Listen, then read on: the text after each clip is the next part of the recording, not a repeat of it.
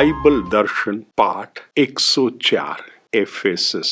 આ પાઠમાં આપણે એફેસસના ધર્મસંઘને જે પત્ર લખવામાં આવ્યો એનો અભ્યાસ કરીશું. પ્રેરણાદાયી કડી એફેસસના ધર્મસંઘ પરનો પત્ર, 4થો અધ્યાય, 26મી કડી. સૂરજ તમને ગુસ્સે જોઈને ન આથમે એ જોજો. ગુસ્સો કરવો હોય તો કરો, પણ સાંજ પડે ને ત્યારે ગુસ્સો ખંખેરી નાખજો, સમાધાન કરી લેજો. આ પત્ર પાઉલે લખ્યો છે કે નથી લખ્યો એ બાબતે બાઇબલના પંડિતોમાં મતભેદ. એટલે આપણે એવા પત્રોને બાજુ પર રાખીને એમનો અભ્યાસ શરૂ કર્યો છે પાઠ 102 થી. એના લેખક જો પાઉલ ના હોય તો કોણ હોય? બાઇબલના પંડિતો કહે છે એ પાઉલના શિષ્યો હશે, પાઉલના વિદ્યાર્થીઓ હશે, પણ આપણે તો માનીશું કે પાઉલ લખે છે. હવે આ પત્ર એફેસસ શહેરમાં ધર્મસંઘ છે. એટલે સૌથી પહેલા એફેસસ ક્યાં છે જાણી લઈએ. આજના તુર્કસ્તાનમાં.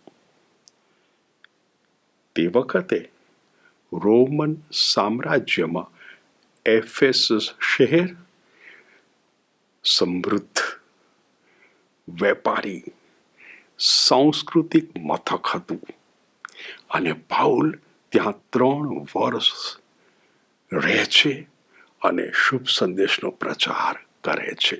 આ પત્ર ક્યારે લખાયો? આ પત્રમાં પાઉલને નામે જે પત્રો છે, જેને બાઇબલના પંડિતો કહે છે પાઉલે જ લખ્યા છે, એ પત્રોનો આ પત્રમાં આધાર લેવામાં આવ્યો છે. એટલે પેલા પત્રો લખાયા હશે, પછી આ લખાયો છે. અને કલોસાના ધર્મસંઘ પર જે પત્ર લખાયો લગભગ 80ના દાયકામાં, એ પત્રના આધારે આ એફેસસના ધર્મસંઘ પરનો પત્ર લખાયો છે. એટલે ઈસવીસન 80 થી ઈસવીસન 100 વચ્ચે આ પત્ર લખાયો છે. કેમ લખાયો છે? દર્શાવવું છે કે ઈસુની ધર્મસંઘની સર્વોપરિતા છે. આ આકાશી શાસકો પર, આ પૃથ્વીની શક્તિઓ પર ઈસુની સર્વોપરિતા, ધર્મસંઘની સર્વોપરિતા.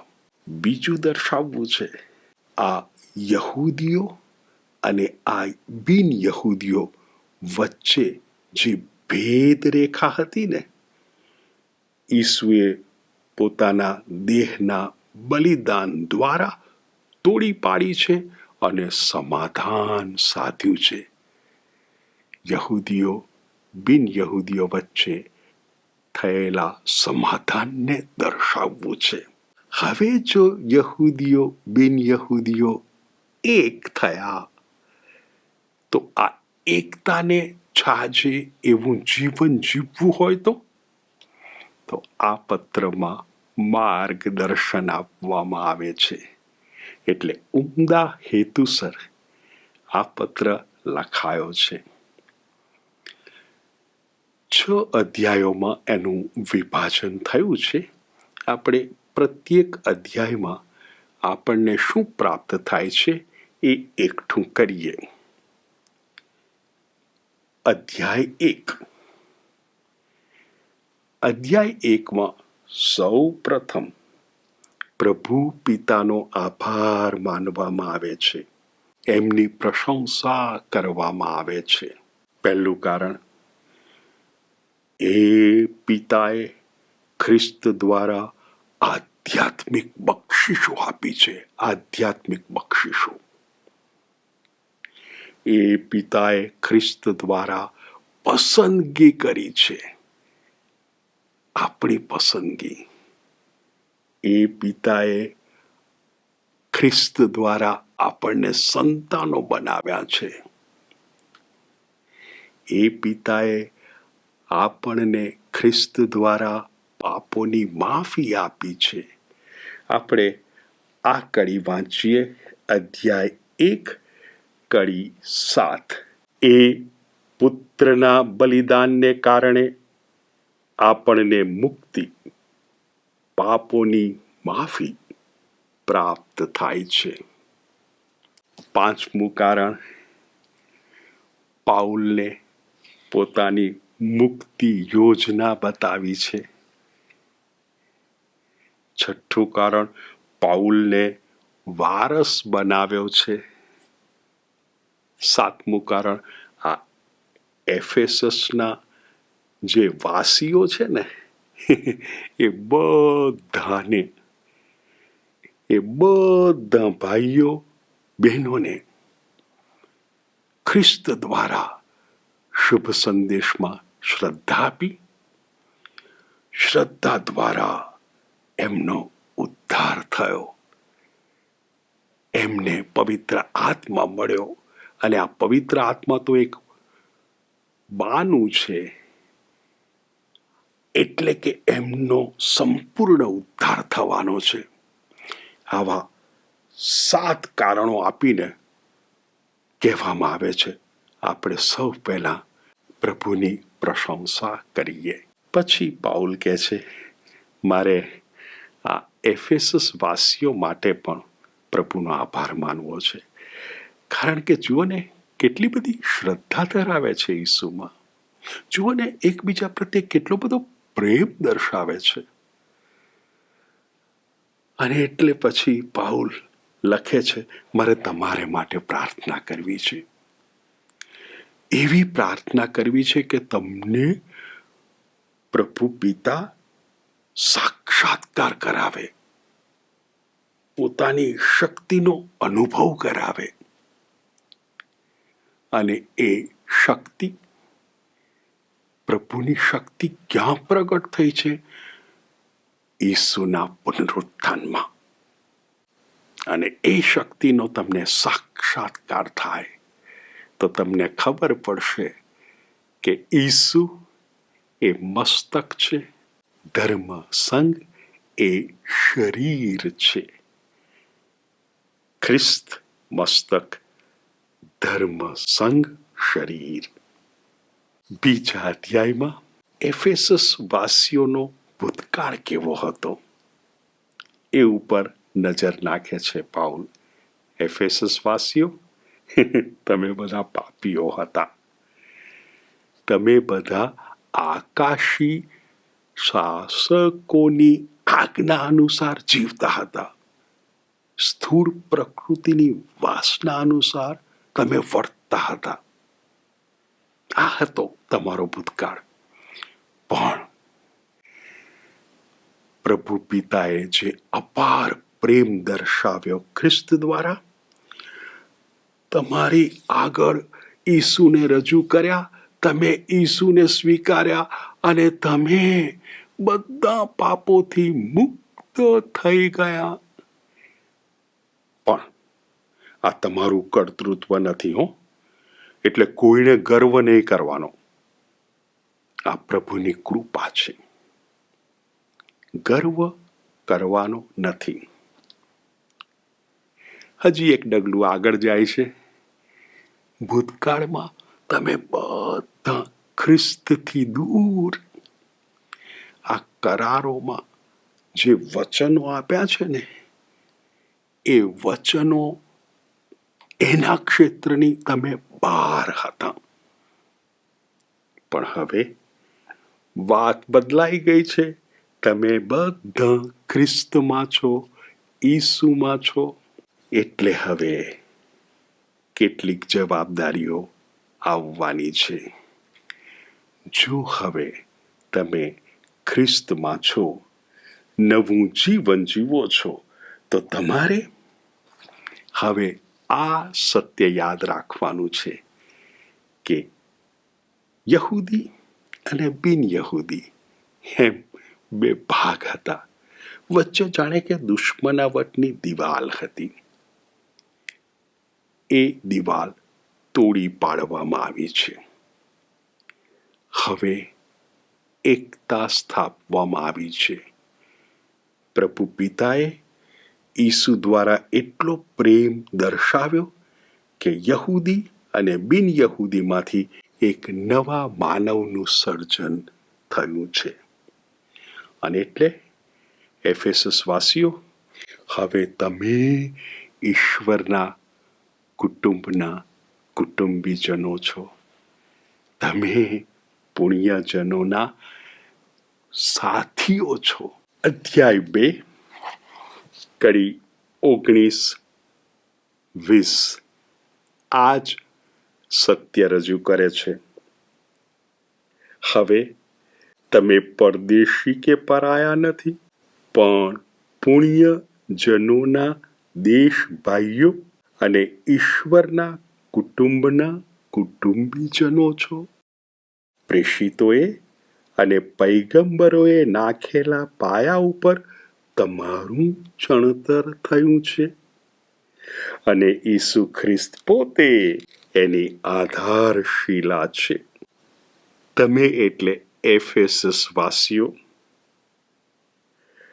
પુણ્યજનો એટલે યહૂદીઓ, એફેસસ વાસીઓ બિન યહૂદીઓ, પુણ્યજનો એટલે યહૂદીઓ દેશભાઈઓ થઈ ગયા, અને ઈશ્વરનું કુટુંબ યહૂદીઓ એક કુટુંબના કુટુંબીજનો થઈ ગયા. એટલે આ સત્ય રજૂ કરે છે. ઈસુ ખ્રિસ્ત દ્વારા સમાધાન સધાયું છે. 3 અધ્યાયમાં હવે જવાબદારી થોડી આગળ વધે છે. પાઉલ રજૂઆત કરે છે. એક રહસ્ય હતું જે હવે ખુલ્લું કરવામાં આવ્યું છે. રહસ્ય 3 અધ્યાયમાં મળે છે.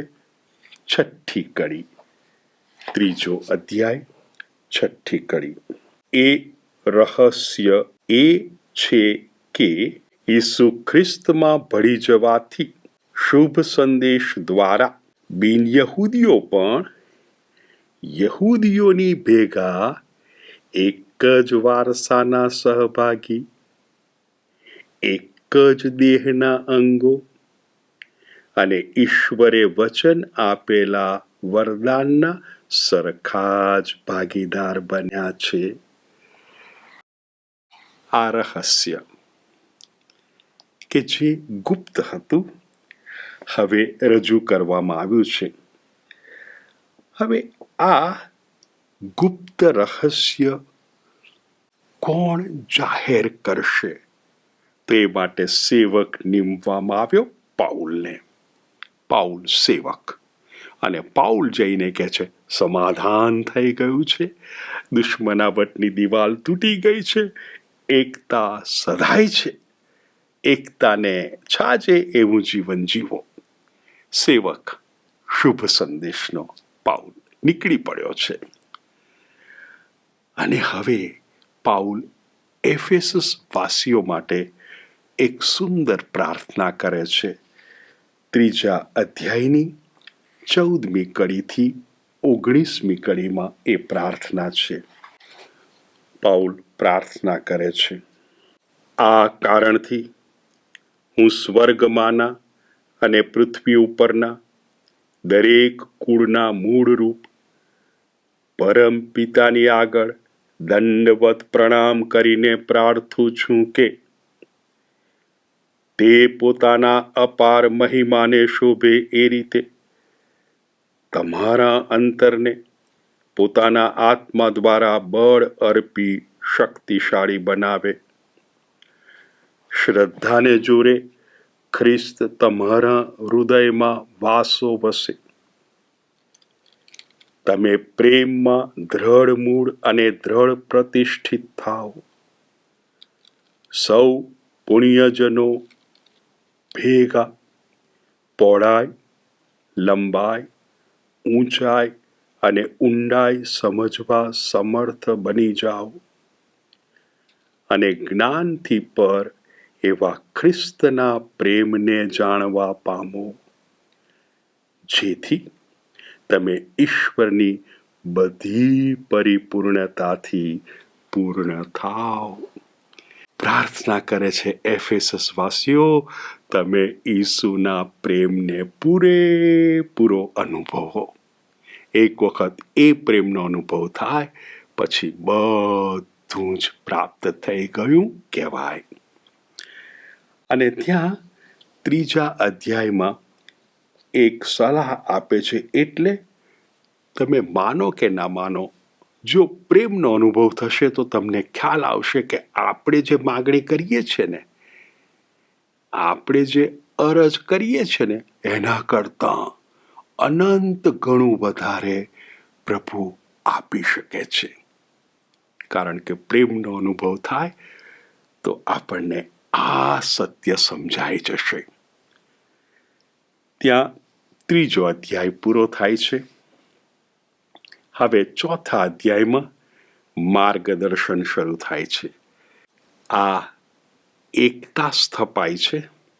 એકતાને છાજે એવું જીવન જીવવાનું છે, પણ માર્ગદર્શન આપવું પડે. અને પાઉલ પ્રેમપૂર્વક માર્ગદર્શન આપે છે. સૌથી પહેલી બાબત એ કહે છે, 4થો અધ્યાય એની 4થી કડીથી 6ઠ્ઠી કડીમાં જુઓ, એકતાને ધ્યાનમાં રાખીને હવે માર્ગદર્શન આપે છે. દેહ એક છે અને આત્મા એક છે. એક જ આશા આપીને ઈશ્વરે તમને હાકલ કરી છે. પ્રભુ એક છે, શ્રદ્ધા એક છે, સ્નાન સંસ્કાર એક છે, અને સૌના ઈશ્વર અને પિતા એક છે, જે સૌની ઉપર છે, સૌ મારફતે કામ કરી રહ્યા છે અને સૌમાં વસે છે. એટલે એકતાની હાકલ. હવે આ ધર્મસંઘ એ શરીર છે, આ ખ્રિસ્ત એ મસ્તક છે. આ ધર્મસંઘ શરીર છે તો એના જુદા જુદા અંગો છે. જુઓને, જુદા જુદા અંગોને દર્શાવવા માટે અને છતાં એકતા જાળવી રાખવા માટે પાઉલ શું લખે છે, એ જ 4થા અધ્યાયની આપણે 11મી કડી વાંચીએ. 4થા અધ્યાયની 11મી કડી. તેણે કેટલાકને પ્રેષિત પદ બક્ષ્યું, કેટલાકને પૈગંબર થવાનું સોંપ્યું, કેટલાકને શુભ સંદેશના પ્રચારકો થવાનું સોંપ્યું, અને કેટલાકને રખેવાળો અને ઉપદેશકો થવાનું સોંપ્યું. જુઓ, જુદા જુદા કાર્યો. જેમ શરીરના જુદા જુદા અંગો પોતાના કાર્યો કરે છે, અને આ અંગો કાર્યો કરે છે માટે શરીરનો વિકાસ થાય છે. માટે હે ઉપદેશક, તારું કામ ચાલુ રાખજે. હે પૈગંબર, તારું કામ ચાલુ રાખજે. એ પ્રેષિત, તારું કામ ચાલુ રાખજે. દરેકને જુદા જુદા કામ સોંપ્યા છે, અને છતાં એકતા. એકદમ પ્રાયોગિક માર્ગદર્શન. કેવી રીતે જીવન જીવવું, તો જેને જે જવાબદારી મળી છે, બસ એ જવાબદારી પૂરી નિષ્ઠાથી નિભાવવાની. પત્રમાં નથી, માત્ર દાખલો આપું છું. કુટુંબ એક શરીર છે. પપ્પા, મમ્મી, દીકરો, દીકરી, દાદા, દાદી, કદાચ કાકા હોય, કદાચ ફોઈ હોય. આ એક કુટુંબ છે અને દરેકની જવાબદારી છે. અને જ્યારે દરેક પોતાની જવાબદારી પૂરી કરે ને, ત્યારે કુટુંબ વિકસે. બહુ પ્રાયોગિક સલાહ. હવે આટલું કહ્યા પછી એ જણાવે છે કે આ એકતાને છાજે એવું જીવન જીવવું હોય તો કેટલીક બાબતો દૂર રાખવી પડે, આપણાથી દૂર રાખવી પડે. અને કેટલીક બાબતો આપણે અમલમાં મૂકવી પડે. એટલે એક યાદી આપે છે. હવે પાઉલ એક યાદી આપે છે, શું ટાળવું, શું કરવું. આ હું કરીશ, આ હું ટાળીશ. આપણે એ આખી યાદી ન વાંચી શકીએ. યાદી આપવામાં આવે છે 4થા અધ્યાયની 25મી કડીથી 32મી કડીમાં. લાંબી યાદી છે, પણ એક જ દાખલો વાંચીએ 4થા અધ્યાયની 26મી કડી, જેને આપણે પ્રેરણાદાયી કડી તરીકે પણ ઉપયોગમાં લીધી છે. જુઓ, શું કરવાનું અને શું ન કરવાનું. પહેલો ભાગ 26મી કડી, ગુસ્સે થાઓ તોય પાપ ન કરો. પાપ નહીં કરવાનું. હવે જોજો, કદાચ ગુસ્સે થઈ ગયા છીએ તો બીજો ભાગ, સૂરજ તમને ગુસ્સે જોઈને ન આથમે એ જોજો. પ્રાયોગિક સલાહ. કેમ હાકલ થઈ છે. એકતાને શોભે, એકતાને છાજે એવું જીવન જીવવાનું છે. તો આ બધી બાબતો ટાળજો, આ કરજો.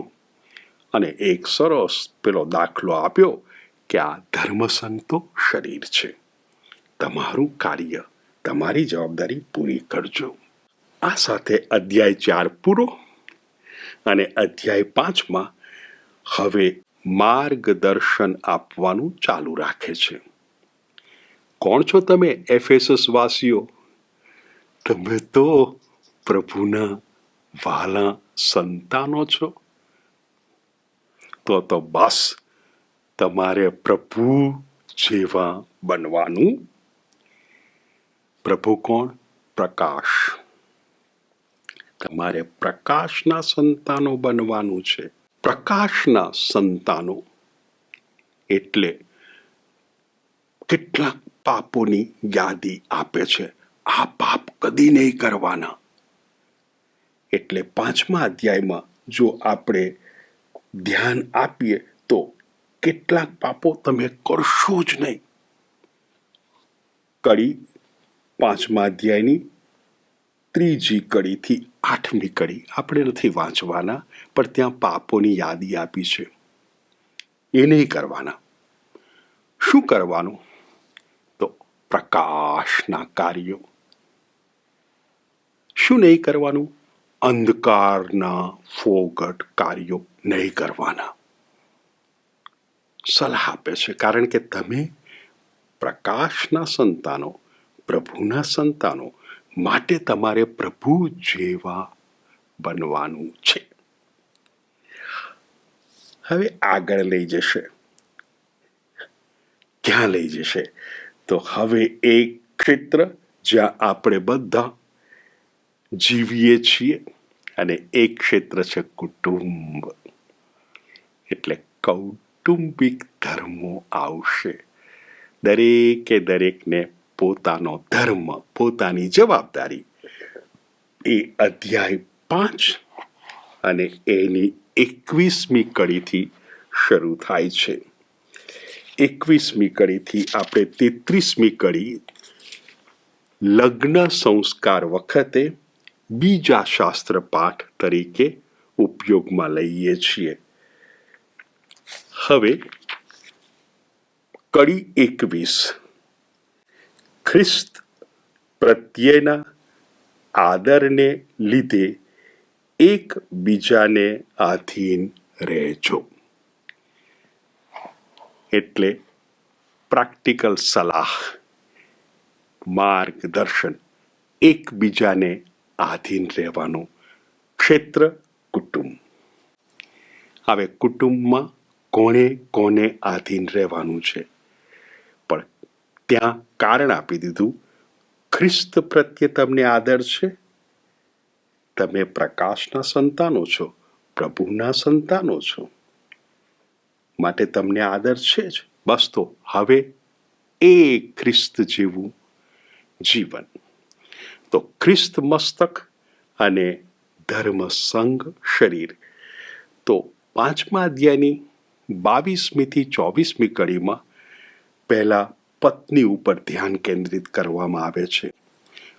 પત્નીને કહેવામાં આવે છે, હે કન્યા, તું આ ધર્મસંઘ સમાન છું. આ ધર્મસંઘ, એનું શિર ખ્રિસ્ત છે. તો ઓ કન્યા, તારું શિર તારો પતિ છે. આ ધર્મસંઘ આધીન છે, તું પણ આધીન રહે છે. પછી 5મા અધ્યાયની 25મી કડીથી 30મી કડીમાં પેલા લગ્નના દિવસે કહેવાય વર, વરને કહેવામાં આવે છે, જો તું આ ખ્રિસ્ત સમાન છું. ખ્રિસ્ત એ મસ્તક છે, તું પણ મસ્તક છું. ખ્રિસ્ત ધર્મ સંઘને ખાતર પોતાનો પ્રાણ પાથરી દે છે. તારે પણ પ્રાણ પાથરવાનો છે, પુષ્કળ પ્રેમ કરવાનો છે. હવે ભલે શબ્દો જુદા વપરાયા, કન્યા તું આધીન રહેજે, વર તું તારા જીવનું બલિદાન અર્પણ કરજે. શબ્દો જુદા છે, બંને વચ્ચે જે ભાવ છે એ માત્ર પ્રેમનો છે. આધીનતા પણ પ્રેમથી આવે અને સ્વાર્પણ પણ પ્રેમથી આવે. અને જ્યારે આ પાઠ પૂરો થાય ને એ લગ્નના દિવસે, ત્યારે તો એક સરસ સરખામણી કરવામાં આવે છે. અધ્યાય 5 કડી 31 થી 33 સુધી આપણે જોઈ શકીએ, પણ આપણે જે વાંચવી છે એ કડી 32મી. આ એક મોટું રહસ્ય છે. આ એટલે લગ્ન, કુટુંબ. અને હું તો એને, ખ્રિસ્તને અને ધર્મસભાને લાગુ પાડું છું. અને ખ્રિસ્ત અને ધર્મસભા અકબંધ છે, અકબંધ છે. ધર્મસભા દ્રશ્ય છે, ખ્રિસ્ત અદ્રશ્ય છે. પણ ખ્રિસ્તને કારણે ધર્મસભા જીવંત છે. હવે આ રહસ્ય પતિ પત્નીના જીવનમાં, કુટુંબમાં, તો એ કુટુંબ જીવંત, ફૂલતું, ફાલતું, વિકસતું. પ્રાયોગિક સલાહ. ત્યાં અધ્યાય 5 પૂરો અને અધ્યાય 6માં હજી માર્ગદર્શન આપવાનું ચાલુ છે. હવે કોને માર્ગદર્શન? બાળકો. તમારે તમારા વડીલો, પિતાઓને માન આપવાનું છે, ખ્રિસ્તને જેમ માન આપતા હોય એ રીતે. અને એ રીતે પિતાઓને પણ માર્ગદર્શન. પછી ગુલામો અને માલિકોને. ગુલામો, તમે જાણે કે ખ્રિસ્તને આધીન થતા હો એ રીતે તમારા માલિકની આજ્ઞાને આધીન થજો. અને પછી કહે છે, માલિક, ગુલામ, તમે જે કંઈ કરશો ને એ બધાનો બદલો મળે છે. પ્રભુ આપે છે બદલો. અને પછી કહે છે, તમે માલિક છો, હા, તમે ગુલામ છો, પણ તમારા બંનેનો કોઈક માલિક છે જે સ્વર્ગમાં છે. એ માનવ વચ્ચે ભેદ પાડનાર નથી.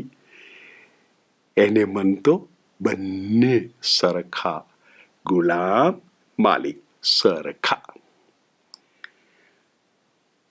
પ્રેક્ટિકલ એડવાઇસ આપવાનું અહીં પૂરું કરે છે, પણ હવે જુદા ક્ષેત્રની સલાહ શરૂ કરે છે. હવે સમગ્રપણે આપણે અત્યારે યુદ્ધ કરી રહ્યા છીએ, પણ આ યુદ્ધ માટીના માનવો સાથે નથી. આ યુદ્ધ કોની સાથે? આ યુદ્ધ છે આ આકાશી અધિપતિઓ સામે, આ શાસકો સામે, આ સંસારના અધીશ્વરો સામે, આ અશરીરી દુષ્ટ તત્વો સામે. આ માટીના માનવ સામેનું યુદ્ધ નથી. અને એટલે હવે સલાહ તો તમારે પ્રભુના શસ્ત્રો અપનાવવાના છે. શસ્ત્રાસ્ત્રો, શસ્ત્ર અસ્ત્ર, શસ્ત્રાસ્ત્રો એટલે પ્રભુના શસ્ત્રો તમે હવે સજી લો. અને એ પ્રભુના શસ્ત્રોને બતાવવા રૂપક અલંકાર જુઓ અધ્યાય 6 અને એની 14મી કડીથી 20મી કડી. આપણે આખો પાઠ નહીં વાંચીએ, પણ 1 કે 2 કડી વાંચીએ. 6ઠ્ઠો અધ્યાય 14મી કડીથી 20મી કડી. પણ આપણે વાંચીએ છીએ 14-15. સત્યનો કમરબંધ કસીને, ધર્મનું બખ્તર સજીને અને શાંતિના શુભ સંદેશના પ્રચારની તત્પરતાના પગરખાં પહેરીને ખડા થાવ. એટલે દરેકે દરેક મૂલ્ય, દરેકે દરેક ગુણ એક શસ્ત્ર બને છે, પ્રભુનું શસ્ત્ર. શા માટે? આ આકાશી શાસકો, આ સંસારના અધીશ્વરો, આ અશરીરી દુષ્ટ તત્વો સામે યુદ્ધ ખેલવા. અને એ એટલા બધા ગુણો છે કે એ ગુણો જો માનવ ધારણ કરે તો યુદ્ધમાં વિજય અવશ્ય અવશ્ય અવશ્ય. આટલું લખ્યા પછી પાઉલ કહે છે, હું તમારે ત્યાં એફેસસ તુખિકસ નામના ધર્મબંધુને મોકલું છું, જે તમારી સાથે એફેસસમાં રહેશે, કે જેથી તુખિકસ મારા સમાચાર તમને આપે અને મારી જે કોઈ પ્રવૃત્તિઓ છે અત્યારની એના સમાચાર તમને આપે. એટલે તમારી સાથે ત્યાં એફેસસમાં રહેશે. અને પત્ર પૂરો કરે છે. આપણે છેલ્લા આશીર્વાદ માટે છેલ્લી કડી વાંચીએ. 6ઠ્ઠો અધ્યાય 24મી કડી. ખ્રિસ્ત ઉપર પ્રેમ રાખનાર સૌને ઈશ્વર કૃપા અને અમરતા બક્ષો. આ સાથે આપણે એફેસસના ધર્મસંઘ પરનો પત્ર પૂરો કરીએ છીએ.